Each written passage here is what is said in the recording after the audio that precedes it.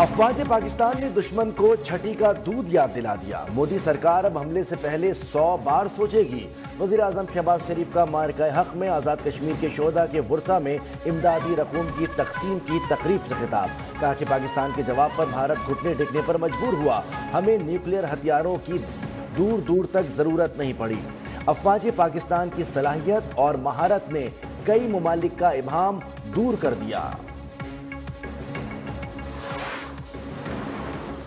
خوزدار میں فتنہ ہندوستان کے حملے میں زخمی ایک اور طالبہ چل بسی۔ شہید سحر سلیم 8ویں جماعت میں زیر تعلیم تھی۔ اسکول بس پر بھارتی پراکسیز کے دہشت گردوں کے حملے میں شہداء کی تعداد 6 ہو گئی، 4 طالبات شامل۔ اسپتال میں زیر علاج کئی طالبہ کی حالت تشویشناک۔ تھانہ سی ٹی ڈی میں پولیس کی مدعیت میں مقدمہ درج۔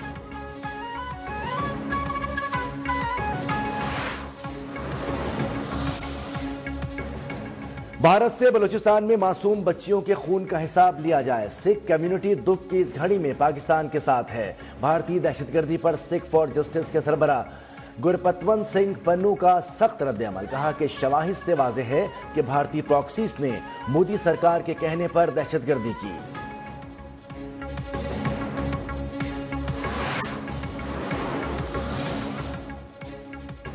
کشمیر کی آزادی پر تمام 6 دریا پاکستان کے ہوں گے۔ D G I S P R lieutenant general Ahmed Sharif Chaudhry کا الجزیرہ کو انٹرویو۔ کہا کہ پاکستان نے بھارت کو ایسا سبق سکھایا ہے کہ وہ کبھی بھولے گا نہیں۔ پاکستان کی عسکری حکمت عملی کی کئی دہائیوں تک پڑھائی جائے گی۔ ہمارے پاس بہت کچھ ایسا ہے جس کا بھارت کو علم ہی نہیں۔ گولڈن ٹیمپل پر حملے کا الزام مضحکہ خیز قرار۔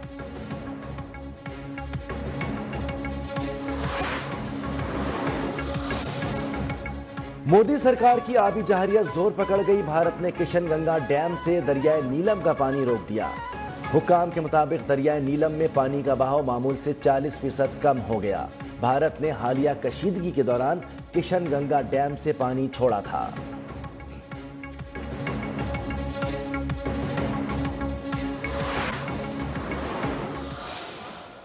پاکستان کی جو اللہ تعالیٰ نے اتنی گلوریس، اتنی جو ہسٹورک فتح اللہ تعالیٰ نے پاکستان کو عطا کی ہے، اپنے سے کئی گنا بڑے دشمن کو ہم نے شکست فاش دی۔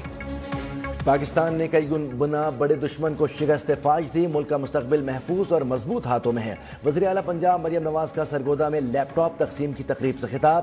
9 مئی والوں اور بھارت نے جو کیا اس میں کوئی فرق نہیں۔ 9 مئی کو جن وردیوں کی توہین کی گئی انہی نے ملک بچایا۔ نوجوان فتنے اور فساد کا ایندھن بننے سے دور رہیں۔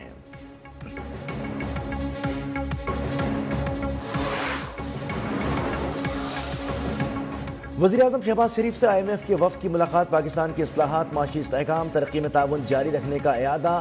قرض پروگرام پر عمل درآمد کے حوالے سے معاشی اصلاحات، مثبت نتائج پر اظہار اطمینان۔ وزیر اعظم کا میکرو اکنامک اصلاحات کے ساتھ ادارہ جاتی اصلاحات میں بھی تیزی لانے کا عزم۔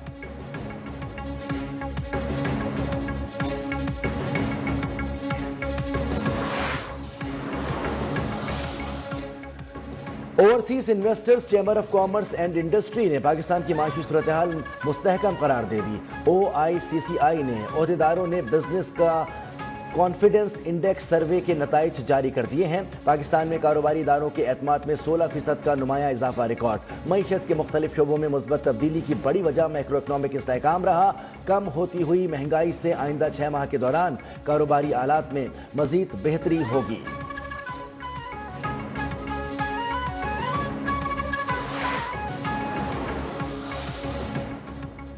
مخصوص نشستوں سے متعلق کیس کی کارروائی براہ راست دکھائی جائے۔ سپریم کورٹ نے سنی اتحاد کونسل کی استدعا منظور کر لی۔ IT ڈپارٹمنٹ کو لائیو اسٹریمنگ کے انتظامات کا حکم۔ بینچ پر اعتراض کی تینوں درخواستیں مسترد۔ 26ویں آئینی ترمیم کیس کے فیصلے تک سماعت ملتوی کرنے کی استدعا بھی ناقابل قبول قرار۔ کیس کی مزید سماعت پیر کو ہوگی۔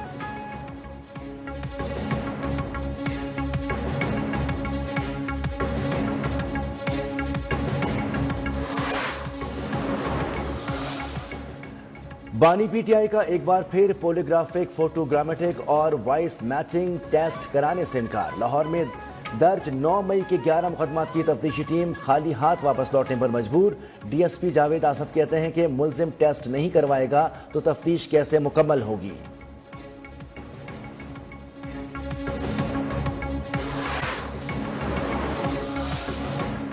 بانی سے رہنماؤں کی ملاقات نہیں کروائی تو IMF شرائط پر ساتھ نہیں دیں گے، ملک میں حقیقی جمہوریت کی ضرورت ہے، عدالتی حکم کے باوجود بانی سے ملنے نہیں دیا جاتا۔ وزیر اعلیٰ خیبر پختونخوا یمین گنڈاپور کی میڈیا سے گفتگو، کہا مذاکرات کرنے ہیں تو بانی PTI تیار ہیں، بہت جلد بانی کو جیل سے رہا کرائیں گے، ہمارا مینڈیٹ چوری ہوا، اس کی واپسی کی ضرورت ہے۔ بانی نے احتجاجی تحریک کے لیے دوبارہ ذمہ داری دی، بار بار آئین کی پامالی ہو رہی ہے، عدلیہ نوٹس لے۔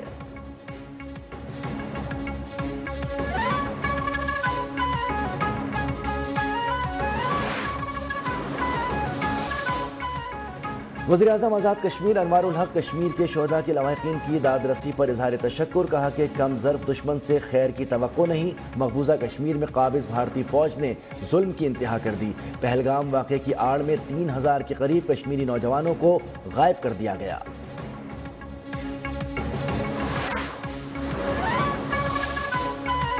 سینٹ میں پاک افریقہ تعلقات کے فروغ کی قرارداد متفقہ طور پر منظور، وزیر خارجہ اسحاق ڈار نے کہا کہ پاکستان افریقی ممالک کی آزادی کی تحریک کی حمایت کرتا ہے، بیرسٹر علی ظفر کی پاک افریقہ کلچر فیسٹیول کے انعقاد کی تجویز۔